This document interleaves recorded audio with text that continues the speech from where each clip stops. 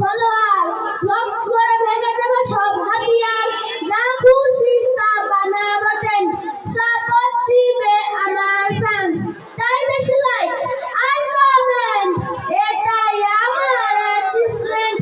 আজব দুনিয়া, এখানে মিথ্যের বসবাস, সত্যের নেই কোনো ঠিকানা।